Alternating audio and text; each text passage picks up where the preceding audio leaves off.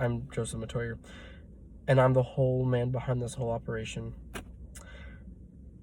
Before I let you get just a little look into my movie, I must tell you some material that will be in it. Chapter 3 of our textbook. It's all about self-motivation, and that's what my whole entire project is based off of. There's a little bit of chapter 5 actually. So in chapter 3, it's self-motivation. It's basically how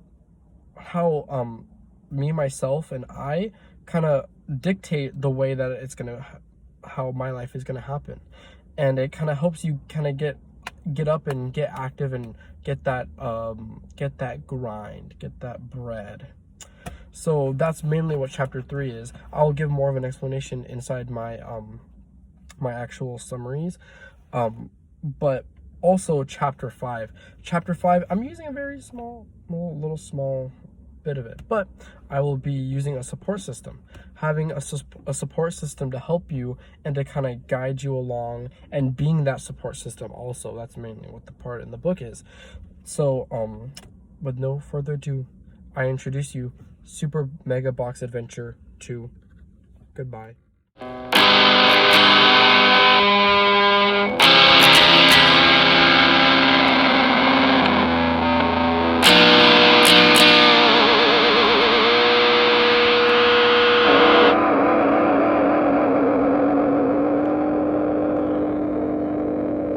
I can't believe this. I don't know what's wrong with this thing. I can't get it to work. You know what? I can't even get my life straight. This is just too frustrating. I can't do anything without messing up. Man, you sound like you're having it rough. Have you heard of the box? What's the box? The box. It's this magical thing that will give you anything that you need to make your life right, to make you happy. What? What? Really? Tell Yeah. me more about it. Let's go. Come on. Okay, listen, man, about this box. You have to be cool, all right? It's super secretive, okay? Basically, nobody knows where it is. Nobody has ever seen it, and nobody knows if it's even real. But supposedly one person does know and has seen it. Where can I find this guy? It's an old man, and you're not gonna find him. It's a myth. It's just a legend. So it's a dead end? Sorry, man.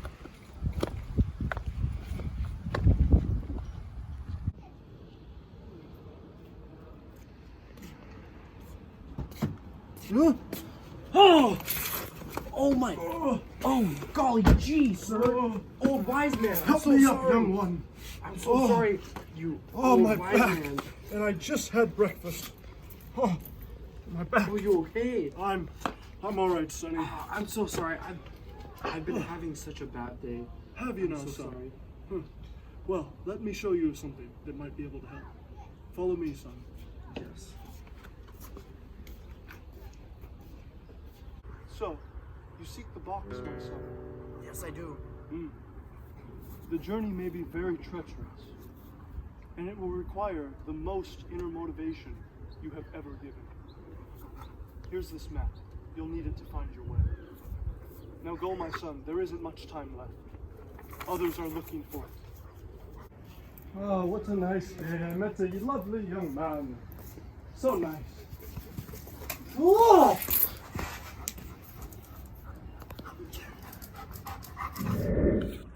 Oh, who are you? What are you doing in my car? Oh, you're here for the movie? Oh, I'm sorry. Hello, I'm your host, Joseph Matoyer, and I'm here to guide you through this magical adventure. Let me put on my reading glasses and grab my book. And we will begin. Our movie begins in a small town. What? You already got this? Oh, I'm sorry. You would like the explanation then, huh? My apologies. All right. Self-motivation, inner motivation. That is the overarching theme of the first chapter. But how is that relevant, and how has that helped me? Well, it's relevant because without inner motivation, at least for me, nothing is possible.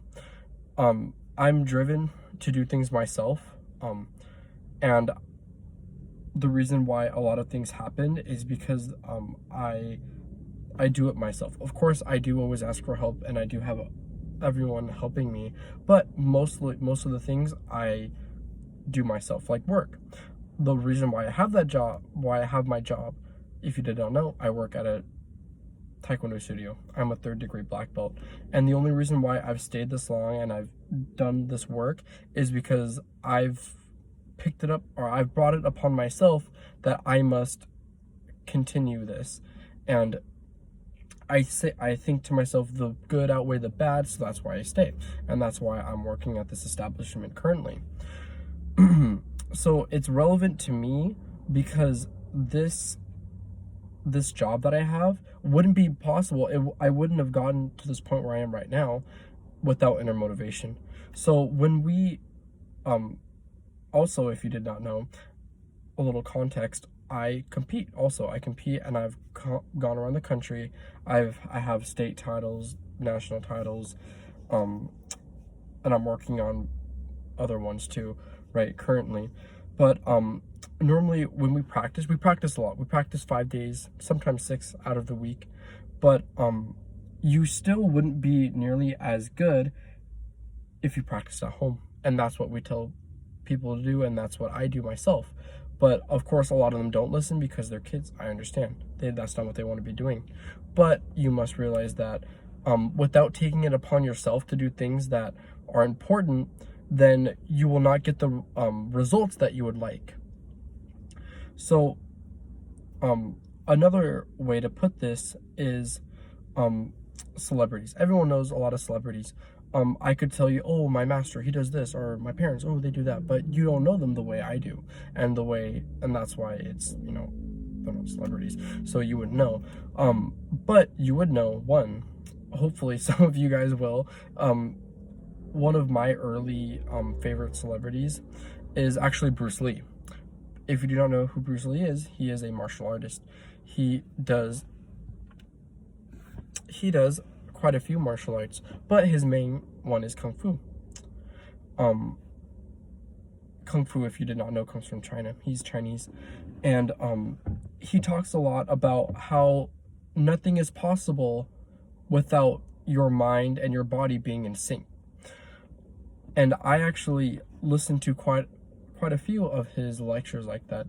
They're more interviews, not lectures, but one of my favorite that's always really stuck with me is Like Water. It's called his Like Water talk.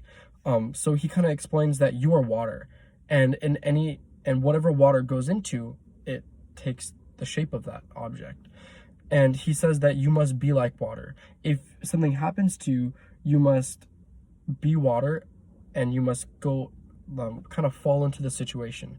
Of course, that doesn't mean if something bad happens, you're like, oh, okay, I guess I'm just gonna do it then. No, that's not what that means. But it does mean that you must fall into your situation and you must work with it. It's not, if you go against it, it's never gonna work out. And that's why you yourself,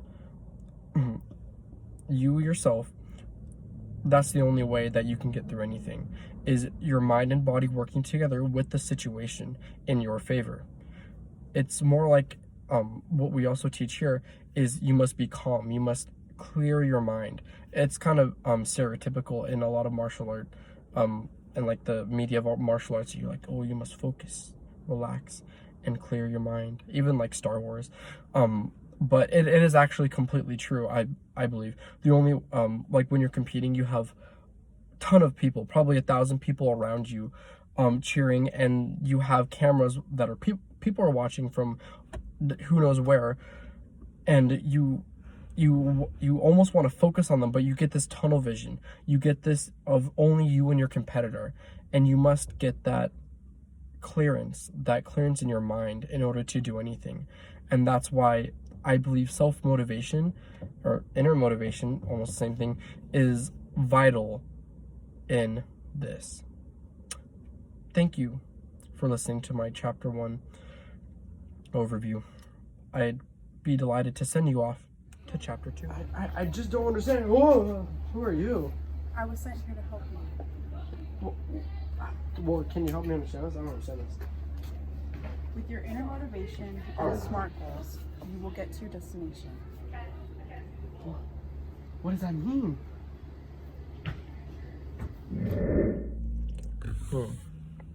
So good. I love you. Oh, I'm sorry. You're back already? Oh, okay, sorry. You would like the explanation for chapter 2? I'm more than welcome to give it to you. Chapter 2 is all about SMART goals. Of course, it's not very obvious in the movie, but SMART goals is something that it's to help you break down your goal and to actually make you think if it's obtainable or not. So, for instance, for me in college, this is my first year of college, but my first goal before I even started, before the first day I walked into class, was I need to get through the semester and I need to pass. So I actually, hopefully, if I do good on this, I'll actually pass.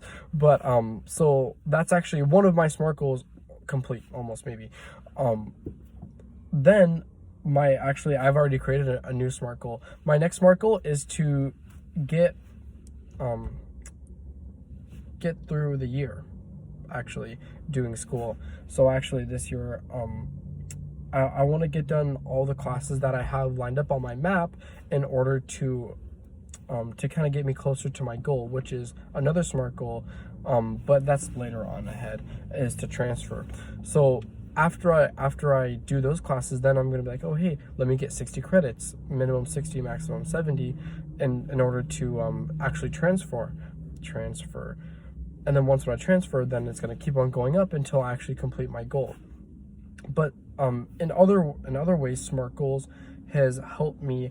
It's to kind of help me break it down and kind of realize that it's okay to go at your own pace. It's okay to kind of break down your goal. You don't have to be like, oh yeah, I'm going to try and do this. All right. And it also kind of holds you accountable with other people to help you obtain your goal. So, for example, not too well known, but if you like motorsports, it probably is. But Formula One driver for Red Bull, Max Verstappen, he actually did something like this. He didn't know he was doing it, but he did it. So he started his Formula One career back in 2015, but his first one wasn't until 2016. But it was actually like a really lucky kind of circumstance. So he first started he wasn't like, oh yeah, I'm gonna get the world championship this year on his rookie year. That's not how that works. He first needs to kind of break it down and needs to obtain these small little things. First he wanted was to actually get into a Formula One car, and he got signed and he got it. Next was points. He eventually got points, and then next became his first win, his first podium, and he got his podium. And then as of 2021, he actually won his first world championship. So he's actually the 2021 world championship. So and he didn't do that overnight. None of that happened overnight. Kind of same thing with me in Taekwondo. None of it happened overnight. It's just small little things that you have to chip away at before you get to your main big goal. And I think that's very important because you get tunnel vision when you want something, and you kind of have to kind of break that away and kind of build up to what you want to do. So SMART goals is actually something that it's not going to be like, oh, I learned that from my class, all right, I'm done. It's, for me, I'm actually going to use it because it's actually very valuable in not just what I want to do, but in everything I do. Doesn't matter with school, work, or even hobbies, with things like that. Like even saving up for something, just SMART goals. You can use SMART goals. Hey, I want to get a house. Well, first I have to get a job and all that stuff. So, thank you for watching. And now, I'll see you in 3. Just around. What? Who are you? You should know who I am. No, I don't. My coworker. It's me. And look what I found. The box? How'd you get it? I killed that stupid old man. I killed him for this. He's dead? Yes. I killed him. And Gunny helped. Gunny, how could you?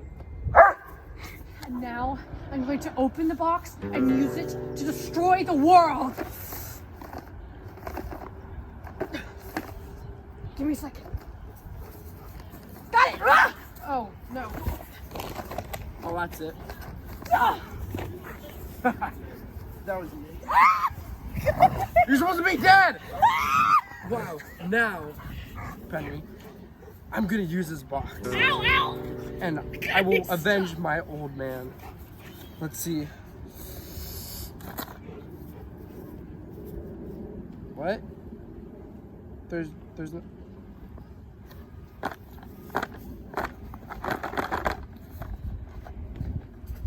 Many unbearable hours later. Old wise man? I thought you were dead.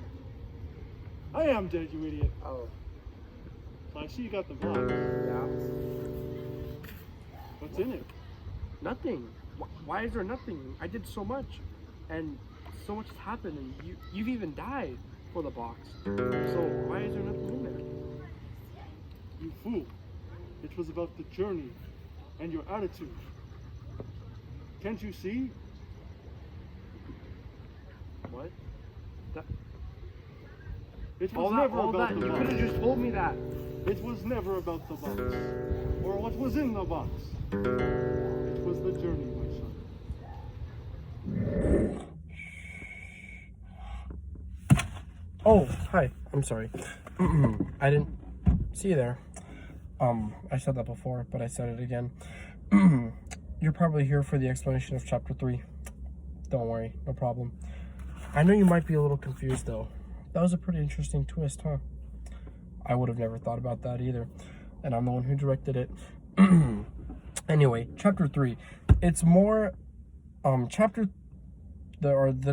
not actually chapter 3, but like chapter 3 of the movie. That focuses on actually chapter 5 of our book. So, which is actually one of them being kind of the support system, kind of having well, it's more like being the support system or kind of helping out others, which I've done that for a long time, because you would think at my job that it's just like, oh yeah, you just beat up little kids and stuff like that, and it's not always like that. There's also a very emotional side to it too, when because with a lot of kids, or even when you're a teacher, quite a few kids don't always have two parents, or don't always have that house that kind of supports them like they should, and we act like that that father or mother figure, depending on who it is. I'm more kind of approached as a father figure, and I get kids that are like always tell me things, and actually that kind of open up to me a lot too. And it's chapter 5 has actually really helped me, because I remember when he was lecturing, when our great professor was lecturing, and he was telling them on how to kind of be a support figure. I was actually kind of amazed. I was like, wow, I didn't even never thought about doing that. Maybe I should actually try it. And it actually kind of clicked in my head too that my master, when I would talk to him about things, he would do exactly like, he would do everything on the slides. Like it was crazy that I kind of realized that. But having a support system, I think, is absolutely incredibly important, because it's kind of perceived that like, oh, for a guy you must be tough and like just bam through everything and be tough. But I've learned that doing that is very overrated. It's because you suffer mentally with it. This can be put in the example of anyone, but I remember that I was actually never told to actually do that. I was always told to open up, but I have gone to those points where like, it's not even like at home, but like society or social media has told me you have to be tough like this and you have to do it like that, and that's how you do things. And it's not like that. It's being able to have that help and that support to kind of influence you and to kind of keep you going. It's kind of like just reassurance. It's reassurance to yourself and reassurance to everyone around you that on how you're kind of thinking. So in chapter 5, it kind of like got over me pretty easy, and I was able to understand it because I was able to put it in a situation where I can understand. And though that the movie didn't really portray it in the way that I actually imagined it, it's actually still kind of it's I think it's a very close thing to me in my life at all. So that actually concludes my explanation of my whole movie. You might have thought my movie was good, bad. You can tell me about it. But of course it didn't kind of unravel the way I would like it to. But I appreciate you sticking by and watching. And I will catch you in the next one. Goodbye.